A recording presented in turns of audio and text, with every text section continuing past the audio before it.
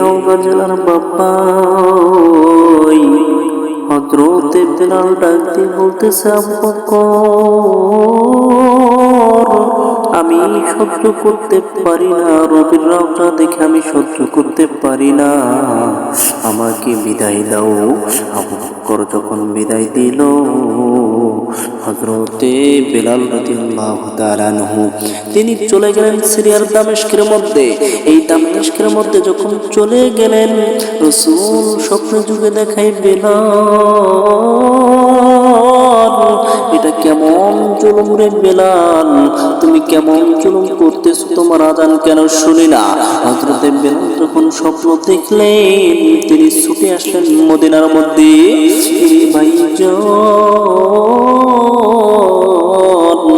বেলাল রাদিয়াল্লাহু তাআলা আনহু চলে আসলেন মক্কা মদিনায়। চলে আসার পরে রাসূলের রওজা শরীফটা কাঠের জালি দিয়ে ঘেরা ছিল। হযরতে বেলাল কাঠের জালিটা ধরিয়া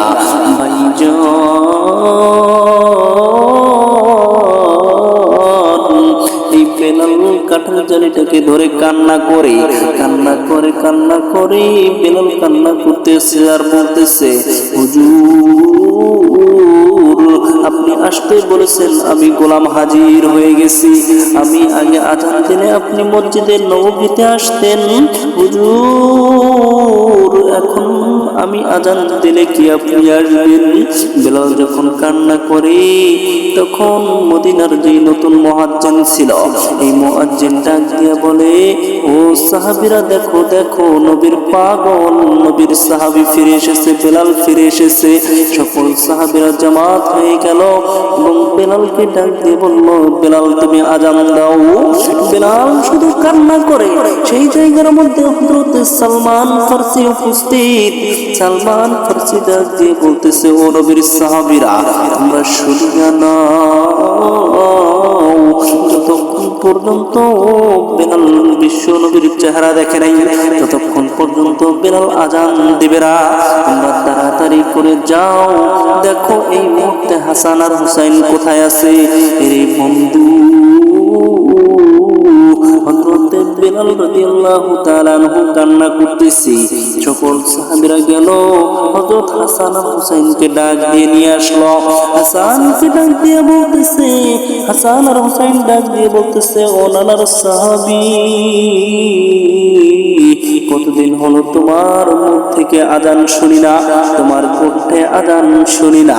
ভাইজান হযরতে হুসাইন রাদিয়াল্লাহু তাআলা আনহু, তার চেহারাটা হুবহু বিশ্ব নবীর চেহারার সঙ্গে মিল ছিল। রে বন্ধু, এই যে বেলাল রাদিয়াল্লাহু তাআলা আনহুকে হাসান আর হুসাইন এসে বলল, নানার সাহাবী, যাও যাও, তুমি আযান দাও। ওই মদিনার মধ্যে যেই ঘরের উপর উঠে, যেই মহিলার ঘরের উপরে উঠে হযরতে বেলাল রাদিয়াল্লাহু তাআলা আনহু আযান দিতেন, সেখানে চলে গেলেন। নবীজির পাগল যখন চলে গেলেন, গিয়ে আযান দিলেন, আল্লাহু আকবার,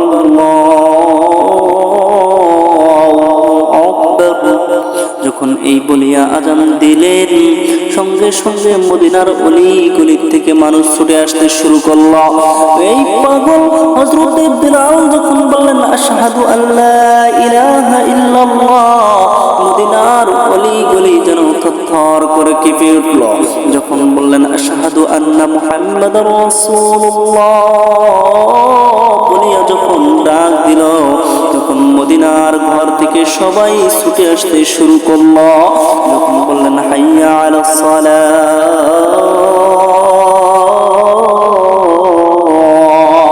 তখন মদিনার প্রত্যেকটা সাহাবী, বৃদ্ধা থেকে মহিলা, সবাই বের হয়ে আসলো আর বলতেছে, বিশ্ব নবী মনে হয় ফিরে এসেছে, বিশ্ব নবী মনে হয় ফিরে এসেছে, তাড়াতাড়ি করে চলো আমরা মসজিদে নববীর মধ্যে চলে যাই।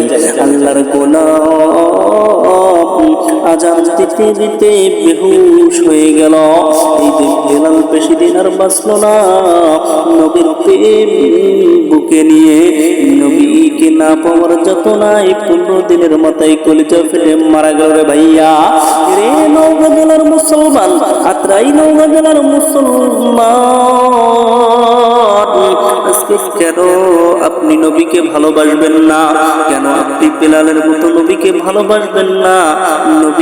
নবীর কেন সুন্নত আপনি আঁকড়াই ধরবেন না রে ভাইয়া? নবীওয়ালা কেন হবেন না? নবীর প্রেমিক কেন হবেন না রে ভাইয়া? এজন্য বলি নবীর সুন্নতকে জড়াই ধরো। ওই নবী সারা কোনো বুদ্ধি নাই ভাইজান।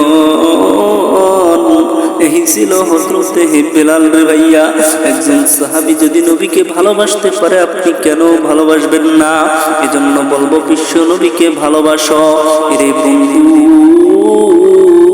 এই বদরগঞ্জ থেকে আপনাদের মাঝে আজকে কথাগুলো বলে গেলাম। কেউ যদি মনের মধ্যে দুঃখ পেয়ে থাকেন, কোনো যদি ভুল করে থাকি, আমাকে ছোট্ট মানুষ হিসেবে আপনারা মাফ করে দিবেন। দেখা হবে বন্ধু আগামী কোনো মাহফিলে। আজকের মতো বিদায় নিচ্ছি, এখন প্রধান মেহমান আসতেছে রে ভাইজান। আজকের মতো এখানে বিদায় নিচ্ছি। দেখা হবে আপনাদের নওগাঁ জেলার কোনো মাহফিলে, যেখানে ইতিহাস ছাড়লাম, যেখানে ঘটনাটা ছাড়লাম।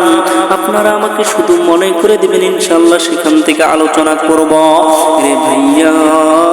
এজন্য বেলালের মতো ইমানটাকে গড়াতে হবে। কথা বলেন ঠিক কিনা?